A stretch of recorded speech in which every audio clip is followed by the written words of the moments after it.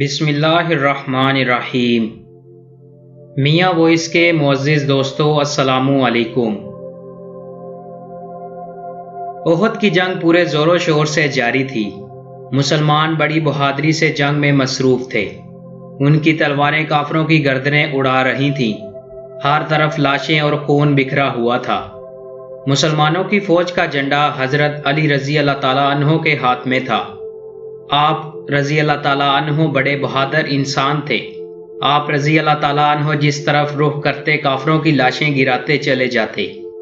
اتنے میں کافروں کی فوج کا ایک شخص ابو سعد بن ابی طلحہ اپنی فوج کا جھنڈا ہاتھ میں لیے ہوئے نمودار ہوا۔ وہ اپنے گھوڑے کو دوڑاتا ہوا میدان کے عین بیچ میں آ کر رک گیا۔ پھر وہ بڑے فقریہ انداز میں بولا، کون ہے جو میرے مقابلے پر آئے گا؟ مگر کسی نے اس کی بات کا جواب نہ دیا۔ اب تو وہ اور شیر ہو گیا، کیا تمہاری فوج میں کوئی بہادر نہیں ہے جو میرے مقابلے پر آئے؟ مگر اس بار بھی کسی نے کوئی جواب نہ دیا۔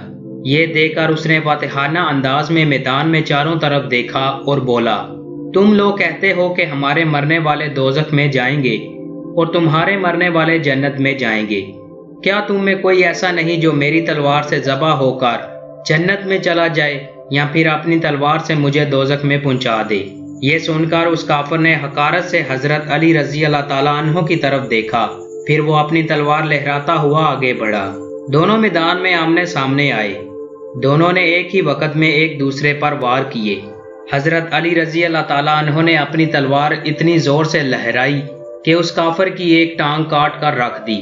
وہ زمین پر گر پڑا۔ نیچے گرتے ہی وہ چلایا، علی میں تمہیں اللہ کا واسطہ دیتا ہوں، مجھ پر رحم کرو، مجھے قتل نہ کرو۔ حضرت علی رضی اللہ تعالیٰ عنہ نے اسے چھوڑ دیا۔